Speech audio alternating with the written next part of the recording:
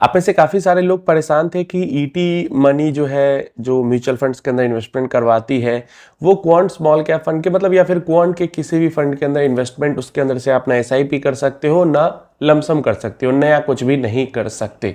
पुरानी जो एसआईपी चल रही है वो कंटिन्यू है, जो रिडम्पशन है वो आप कर सकते हो, लेकिन नई एसआईपी या लमसम वहाँ पे क्रिएट आप नहीं कर सकते। इन्वेस्टमेंट तो सीधा समझो नया इन्वेस्टमेंट आप क्वांट म्यूचुअल फंड्स के अंदर ईटी मनी के थ्रू नहीं कर सकते।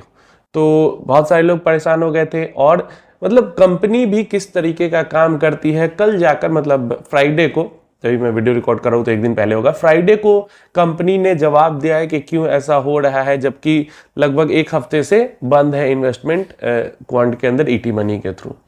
अगर आपको सिर्फ रीजन जानना है तो 1 मिनट में रीजन बता देता हूं, अगर पूरा समझना है तो पूरा वीडियो समझना, दिमाग खुलेगा और सब चीजें समझ में आएगी कि ऐसा हो क्यों रहा है। बहुत लंबी चीज है ये।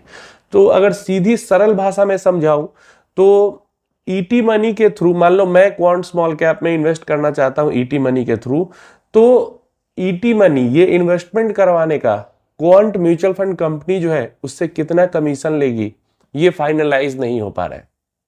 समझ रहे हो कि commission quant mutual fund house से कितना लेगी ईटी मनी, ये फाइनलाइज नहीं हो पा रहा है, ये दोनों का ये कंक्लूजन नहीं निकल पा रहा है, और इस कारण से उसने बंद करवा दिया है कि हम भाई इन्वेस्टमेंट नहीं करवाएंगे क्वांट म्यूचुअल फंड्स के अंदर।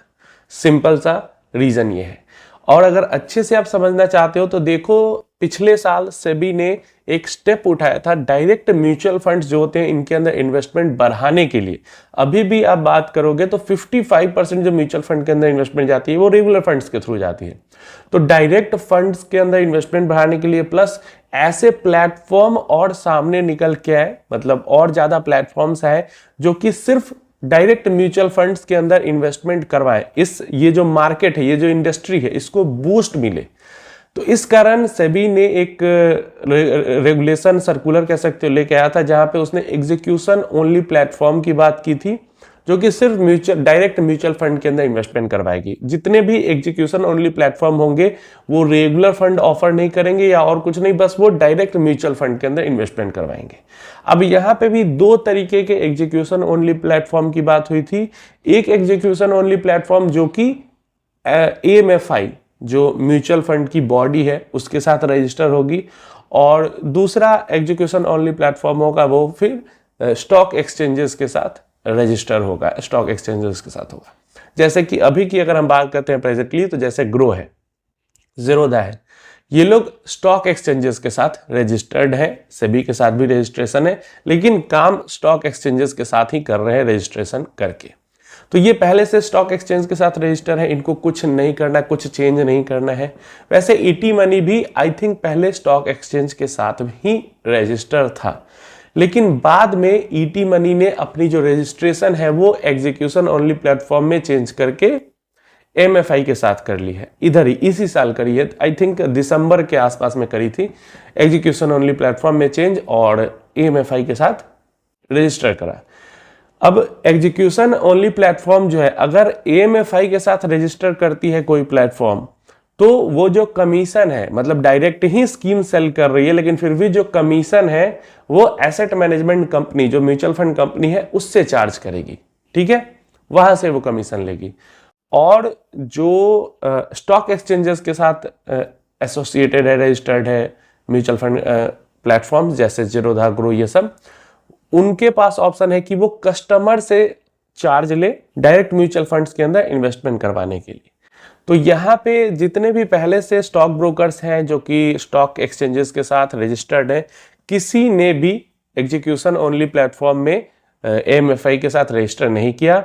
और नहीं, जब ऐसी न्यूज आई थी तो बहुत सारे यूट्यूब पे वीडियोस लोग बनाने लगे थे, अब तो ज़ीरोधा चार्ज लेगा म्यूचुअल फंड में इन्वेस्ट करवाने के लिए, ग्रो चार्ज लेगा। ऐसा उस टाइम भी मैंने वीडियो बनाया था कि ऐसा कुछ होगा नहीं। जैसे ही अगर ऐसा होता है तो 50% से ज़्यादा क्लाइंट ग्रो अपना लूज कर देगा, ज़ीरोधा भी बहुत सारे क्लाइंट लूज कर देंगे। तो इस कारण से वो अपना बिजनेस खराब नहीं करेंगे, क्योंकि म्यूचुअल फंड इन्वेस्टर कोई स्टार्टिंग में भी आता है पहले म्यूचुअल फंड के अंदर इन्वेस्ट करने, वो भी धीरे धीरे करके स्टॉक मार्केट के अंदर इन्वेस्ट करता है, तो कन्वर्जन यहीं से होता है। तो कोई भी अपना बिजनेस खराब नहीं करेगा। तो ना ज़ीरोधा ने, ना ग्रो ने, ना स्टॉक्स ने, ना एंजल वन ने, किसी ने भी अपने कस्टमर पे चार्ज नहीं बढ़ाया। एक चीज मैं बता दूं, अगर कोई भी प्लेटफॉर्म डायरेक्ट म्यूचुअल फंड के अंदर आपसे इन्वेस्टमेंट करवा रहा है तो वो 1 रुपया भी कहीं से उससे नहीं कमा रहा, समझो वो फ्री का काम कर रहा है। हाँ, अगर एएमएफआई के साथ रजिस्टर्ड है तो उधर से एसेट मैनेजमेंट कंपनी से वो चार्ज ले रहा होगा, लेकिन स्टॉक ब्रोकर है, स्टॉक के साथ रजिस्टर्ड है, स्टॉक एक्सचेंज के साथ, तब तो, और कस्टमर से भी चार्ज नहीं कर रहा, सिर्फ डायरेक्ट प्लान में इन्वेस्ट करवा रहा, तब वो 1 रुपया भी नहीं कमा रहा। वो अपने दूसरे ऑपरेशन से कमा रहा होगा पैसा, जैसे इंश्योरेंस बेच के, एफडी करा के, गोल्ड बेच के, स्टॉक ट्रेडिंग करवा के, ये सबसे पैसा कमा रहा होगा, लेकिन म्यूचुअल फंड से, डायरेक्ट म्यूचुअल फंड से नहीं कमाता है। तो यही जो पैसा है बनाने के लिए ईटी मनी ने एमएफआई के साथ रजिस्ट्रेशन कर लिया।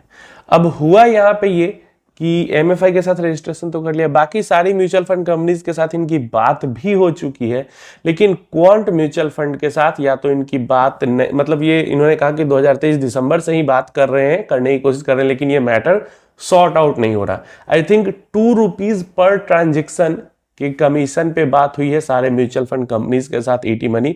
मतलब अब आप ईटी मनी के थ्रू एसआईपी अपनी करते हो या लमसम करते हो, मतलब पर जो ट्रांजैक्शन होगा, चाहे आप किसी भी म्यूचुअल फंड स्कीम के अंदर इन्वेस्ट करो, उसके ऊपर एसेट मैनेजमेंट कंपनी से 2 रुपए मिलेंगे ईटी म्यूचुअल फंड्स को। और यही जो है वो सॉर्ट आउट नहीं हो पा रहा है कि कमीशन के लिए मना कर रही है कौन म्यूचुअल फंड हाउस या जो भी हो रहा है। इन सब चीजों की गाइडलाइंस बनाई गई है कि मैक्सिमम कितना पैसा मिलेगा आपको, मिनिमम कितना मिलेगा, आप कस्टमर से कितना चार्ज कर सकते हो, क्या कर सकते हो, ये सारी चीजें बनाई गई है। तो यही चीज है, यही चीज सॉर्ट आउट नहीं हो पा रही है क्वांट म्यूचुअल फंड और ईटी मनी के बीच में, जिस कारण से ये दिक्कत आई। मैंने पिछली बार वीडियो बना के आपको बताया था कि दिक्कत क्वांट के तरफ से नहीं है, दिक्कत या तो इन दोनों के बीच में बिजनेस रिलेटेड कोई इशू है, या फिर ET mutual fund, ET money जो है उसके प्लेटफॉर्म पे कोई ग्लिच आया, कोई टेक्निकल फेलियर आया है। तो बाद में वही चीज निकल के आई कि इन दोनों के बिजनेस के बीच में दिक्कत आई है। कंक्लूजन नहीं निकल पा रहा कि कितना कमीशन लेना है ईटी मनी को, और इस कारण से उन्होंने बंद कर दिया।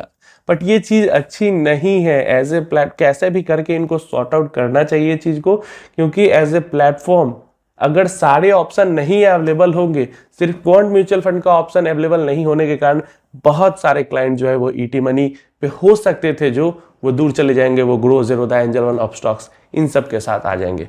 क्योंकि क्वांट अभी तो सबका फेवरेट बना हुआ है, और फेवरेट हो क्यों नहीं, 5 साल से लगातार 1 साल भी बिना डिप्रेस्ड हुए अच्छे रिटर्न्स दे रहा है। तो इसलिए बहुत सारे उसके फैन बॉयज हैं क्वांट स्मॉल कैप के, या quant large and mid cap के, क्वांट वैल्यू के, क्वांट फंडामेंटल के, मतलब सारी कैटेगरी में रिटर्न्स बढ़िया से बना के दे रहा है, तो इन्वेस्ट लोग करते ही हैं। और जो बेस्ट परफॉर्मिंग स्कीम्स या छोड़ो, या फिर एसेट मैनेजमेंट कंपनी की बात करते हो, वही अगर आपके प्लेटफॉर्म पे नहीं होगा अवेलेबल, समझ सकते हो आपके बिजनेस को कितना ज्यादा नुकसान हो सकता है। तो 2 रुपए पर ट्रांजेक्शन कमाने के चक्कर में काफी कस्टमर्स ईटी मनी यहाँ पे लूज या तो कर चुकी होगी, या कर देगी, या नए एक्वायर हो सकते थे वो नहीं होंगे। आप अपनी राय इसके बारे में देना। देखो, गलत इसमें मिस इन्फॉर्मेशन मत आप लोग ले लेना, कुछ भी हो जाए, जो भी समझदार स्टॉक ब्रोकर है वो कस्टमर से 1 रुपया भी चार्ज नहीं करेगा।